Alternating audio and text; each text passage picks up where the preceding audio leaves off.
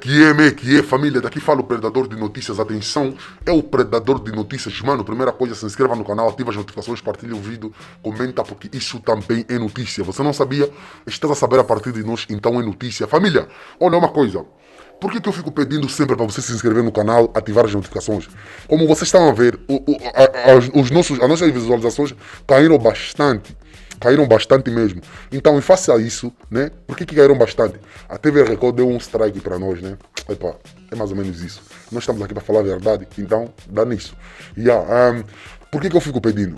Porque quanto mais você fazer isso, partilhar, se inscrever no canal, mais chance teremos de aprender esses marimbondos. Então faça isso, tá entendendo, família? Ok? Então, sem mais blá blá blá, sem mais delonga, calma aí. Você que queres anunciar aqui no nosso canal, é simples, é só você ir na descrição do vídeo, tem lá os nossos contatos para parceria, divulgação e denúncia, tá entender? Então sem mais blá blá blá, sem mais delonga, vamos para o que interessa. E a família, como vocês estão a ver no título, é isto mesmo, os documentos secretos do Beza Angola. Tudo isso e muito mais, você acompanha aqui agora no canal MSTV, a TV que chega até você, a TV que não bajula você, maniga. E a família, como eu disse no início do vídeo, vocês devem ter visto, vão ter que ver e ouvir de novo, é isto mesmo. Os documentos secretos do BES Angola, o Banco Espírito Santo, tá entendendo? Depois do caso BES, um dos próximos passos do Ministério Público é o Banco Angolano rodeado de histórias, né? De levantamentos de milhões em numerário, né? Advogados e reuniões esclarecentes, não melhor, escaldantes. Sábado revela documentos até hoje em segredo, estão a entender? Sábado revela documentos até hoje em segredos. E nesse documento também consta quem? O arquiteto da corrupção. Sabes quem é? É mais ou menos isso. Para você saber, vamos lá ouvir a matéria completa, ok? Aberta desde 2011 e com o número 244/11 TELSB, a investigação do Ministério Público Português aos milhões de dólares concedidos em crédito pelo Banco Espírito Santo Angola, BESA, promete criar tanta ou ainda mais controvérsia do que o mais recente processo, que terminou com a acusação a Ricardo Salgado e a mais 24 arguidos. Os procuradores do Departamento Central de Investigação e Ação Penal, DCAP, admitem existir neste caso um problema de jurisdição para uma investigação completa, já que grande parte dos factos ocorreram em Angola, porém consideram haver matéria ou processo avançar, perante as suspeitas de que alguns responsáveis da administração do BES terão estado a par da situação do BESA e terão omitido a realidade das contas quer para efeitos de uma garantia soberana dada por Angola, quer ocultando as perdas potenciais a que o banco, em Portugal, ainda estava exposto. Num dos arquivamentos do caso BES, o Ministério Público descreve a atuação de José Correa Sampaio e de outros advogados da Abreu Advogados na produção de documentos que tiveram um relevo determinante no modo como poderiam ter sido, e não foram, perspectivadas questão em torno da supervisão ao Espírito Santo Financial Group em base consolidada e ao Grupo BES, da competência do Banco de Portugal. Um desses documentos foi, segundo o MP, um parecer jurídico sobre segredo bancário angolano e que foi utilizado por vários responsáveis do BES Angola como argumento, até na Comissão Parlamentar de Inquérito ao BES, para se eximirem a prestar esclarecimentos mais detalhados sobre a situação financeira do banco angolano como, por exemplo, dos grandes devedores ao Banco de Portugal para efeitos de supervisão. Leia o documento. Ouvido na qualidade de arguido pelo Ministério Público, José Correa Sampaio afirmou que se limitou a prestar serviços de natureza meramente administrativa a uma reunião geral de acionistas do BESA de outubro de 2013, na qual foram revelados muitos desses incumpridores e outras situações menos claras na gestão do banco. A investigação do caso BES recolheu, porém, um e-mail trocado entre elementos da Abreu Advogados, de julho de 2014, após uma exigência do Banco Nacional de Angola para que ocorresse um aumento de capital no BESA em 48 horas, que revelava a plena consciência por parte dos envolvidos da Abreu de que o BES poderia perder 3 mil milhões de euros com a situação do BESA. algo que os advogados terão considerado como uma tarefa. O valor tinha sido injetado pelo BES na sua sucursal angolana para efeitos de recapitalização. Do teor desta comunicação, extrai-se que os advogados em causa bem sabiam do efeito de contaminação da situação do BESA no BES, refere o despacho de arquivamento, salientando, porém, não ter sido possível recolher indícios de que este conhecimento nasceu durante o primeiro semestre de 2014 ou se remontava a dezembro de 2013, mês em que foi preparada e assinada por José Eduardo dos Santos a garantia soberana que protegia 5,7 mil milhões de euros de créditos do BESA. Leia o documento. A garantia dada pelo Estado angolano também terá tido a mão da Abreu Advogados, já que nas buscas a esta sociedade de advogados, realizadas em 2017, o Ministério Público encontrou documentos que serviram de base à construção do racional de uma garantia, ao abrigo de normas de direito angolano ou, como um dos elementos da Abreu terá referido, o caminho da luz, provavelmente para o Banco Espírito Santo de Angola. Certo é que José Eduardo dos Santos acabaria por assinar a garantia, 2 meses após uma tensa reunião de acionistas do BESA, entretanto, convertido em banco econômico, que discutiu um buraco do banco que, como se esperava, acabaria por contaminar as contas do BES. O Ministério Público refere que naquela reunião de acionistas viriam a ser feitas afirmações incompatíveis com o que se julga ser o padrão de normalidade do negócio bancário, pelo menos, como se presume que o mesmo possa ser perspectivado no espaço da União Europeia. Talvez os procuradores estivessem a referir-se a uma parte da reunião em que, depois de pressionado por alguns participantes sobre o controle do crédito concedido, Álvaro Sobrinho disse que se tratava de uma falha antiga da gestão na concessão de crédito, muito comum em África, em que existe a tradição da concessão de créditos sem que exista uma efetiva verificação da utilização que lhe é dada. Refira-se que, segundo o documento, Álvaro Sobrinho, enquanto presidente da Comissão Executiva do BESA, aprovou para si mesmo operações de financiamento no montante de 365 milhões de dólares. Por sua vez, o antigo responsável pelo risco do banco, João Moita, tinha aprovado isoladamente 9 operações de crédito no montante de 502 milhões de dólares. Ao mesmo tempo, a nova equipa de gestão do BESA verificou que existia um conjunto de operações com a documentação totalmente incompleta, 6 operações no montante de 648 milhões de dólares, em que não existiam os contratos e as aprovações respectivas dos créditos. Leia o documento. Um pouco pressionado pelo general Hélder Vieira, Coplipa, na qualidade de acionista do BESA, Sobrinho explicou um pouco como se desenrolava o processo de concessão de crédito no banco angolano. Não havia um conselho de crédito formal, mas sim um procedimento de concessão de crédito, que assentava numa proposta pelas áreas comerciais, seguida de uma análise efetuada pelo risco e terminando com a aprovação de cada crédito pela Comissão Executiva ou 2 administradores. Posteriormente, Álvaro Sobrinho escreveria uma carta ao então presidente de BESA, Rui Guerra, leia o documento, dando-lhe conta de alguns dos créditos problemáticos. Leia o documento, uma vez que na Assembleia Geral ficou claro que em algumas das operações desconhecia-se o real beneficiário final dos financiamentos concedidos. Em dezembro de 2014, na Comissão Parlamentar de Inquérito ao BES, a resposta foi outra. O banco tinha um comitê de crédito, que era composto pela área comercial, a área de risco de crédito e a comissão executiva do banco, e as propostas, como em todos os bancos e em todas as organizações e instituições financeiras, eram feitas de maneira a que, quando fosse preparado o dossiê para decisão, a gestão de risco do banco tivesse um parecer e a análise do crédito tivesse já sido feita e passado pelas áreas respectivas. Ou seja, havia uma metodologia da concessão de crédito perfeitamente definida e perfeitamente aprovada em sede própria de Conselho de Administração ou de Comissão Executiva.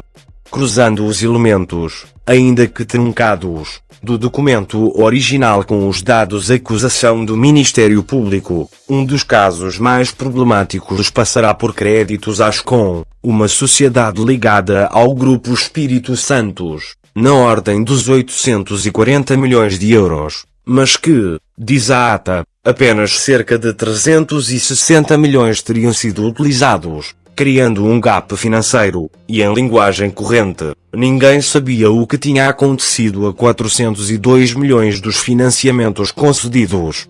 Da ata retira-se ainda que, por exemplo, de um financiamento de 1.624 milhões de dólares, 525 milhões foram levantados em numerário, que foram depositados noutras contas.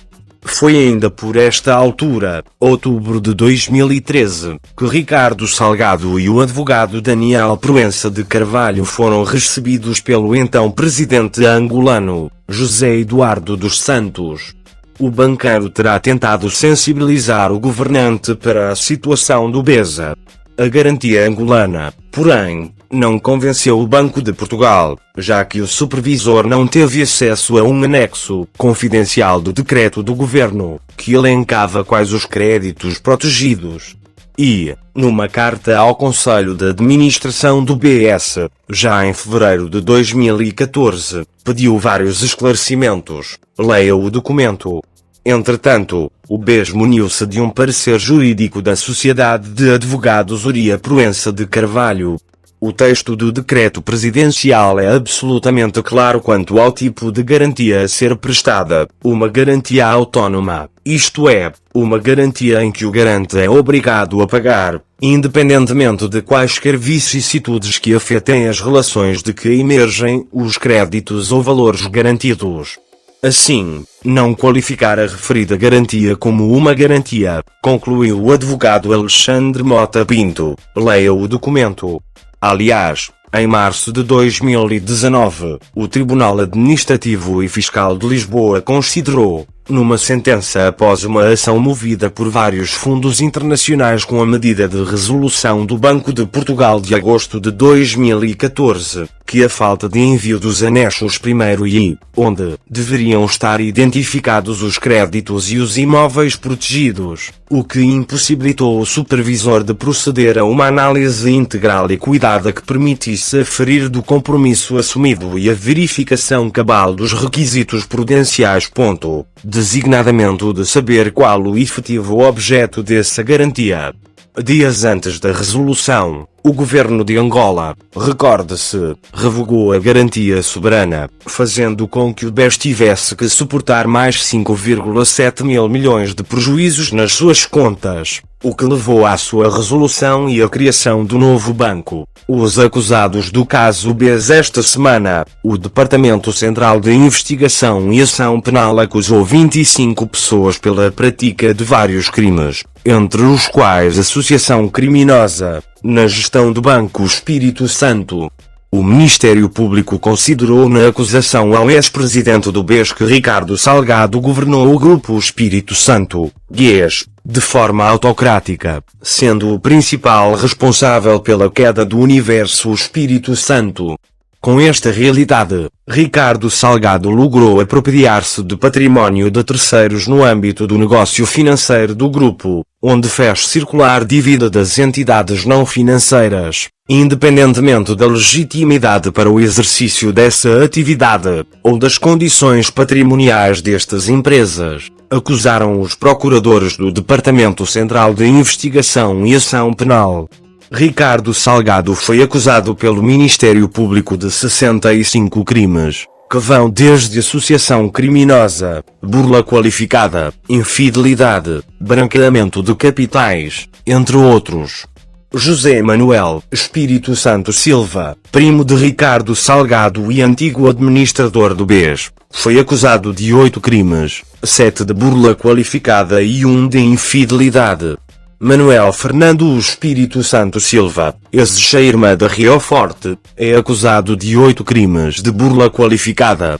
O contabilista Francisco Machado da Cruz é acusado de 45 crimes, um crime de associação criminosa, um crime de corrupção passiva, 4 crimes de falsificação de documento, 2 crimes de manipulação de mercado, 20 crimes de burla qualificada, 5 de branqueamento, 1 de infidelidade e 2 de manipulação de mercado.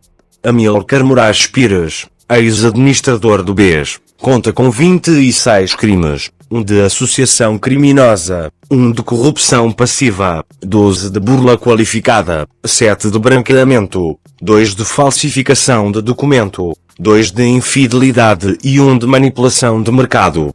Isabel Almeida, antiga diretora do Departamento Financeiro, Mercados e Estudos DFME, do Banco Espírito Santo, é acusada de 21 crimes, 1 de associação criminosa, 1 de corrupção passiva, 11 de burla qualificada, 5 de branqueamento, 1 de falsificação de documento, 1 de infidelidade e 1 de manipulação de mercado. António Soares, que integrou a administração do BES Vida, é acusado de 17 crimes pelo Ministério Público. São eles os crimes de associação criminosa, 1, de corrupção passiva, 1, de burla qualificada, 6, branqueamento, 6, falsificação de documento, 1, infidelidade, 1, e manipulação de mercado, 1. Paulo Jorge Carrageta Ferreira, que foi subdiretor do Departamento Financeiro, Mercados e Estudos, é acusado de 7 crimes, 1 de associação criminosa, 1 de corrupção passiva, 3 de burla qualificada, 1 de manipulação de mercado e 1 de branqueamento. Pedro Almeida e Costa, administrador da ESAF, Espírito Santo Fundos de Pensões, S.A., é acusado de 10 crimes, 1 de corrupção passiva, 1 de infidelidade, 3 de burla qualificada, 2 de branqueamento, 1 de manipulação de mercado e 2 de infidelidade. Cláudia Dualde Faria, ex-diretora do Departamento de Gestão de Poupança do BES, é acusada de 6 crimes, 1 de associação criminosa, 1 de corrupção passiva, 2 de burla qualificada, 1 de manipulação do mercado e 1 de infidelidade. Pedro Coelho Serra, alto quadro do BES, é acusado de 7 crimes, 1 de associação criminosa, de corrupção passiva, de burla qualificada, de manipulação do mercado e de falsificação de documento. Recai-lhe também 2 crimes de branqueamento. Nuno Morgado Escudeiro, outro alto quadro do BES, foi acusado pelo Ministério Público de 1 crime de associação criminosa, outro de corrupção passiva, 1 de falsificação de documento, 2 de burla qualificada, 2 de branqueamento e de 1 de manipulação do mercado. Pedro Góes Pinto, do Departamento Financeiro do BS, está acusado de 18 crimes. 6 crimes são de burla qualificada, 6 de branqueamento, 2 de infidelidade e 1 de associação criminosa, 1 de corrupção passiva, 1 de falsificação de documento e 1 de manipulação de mercado.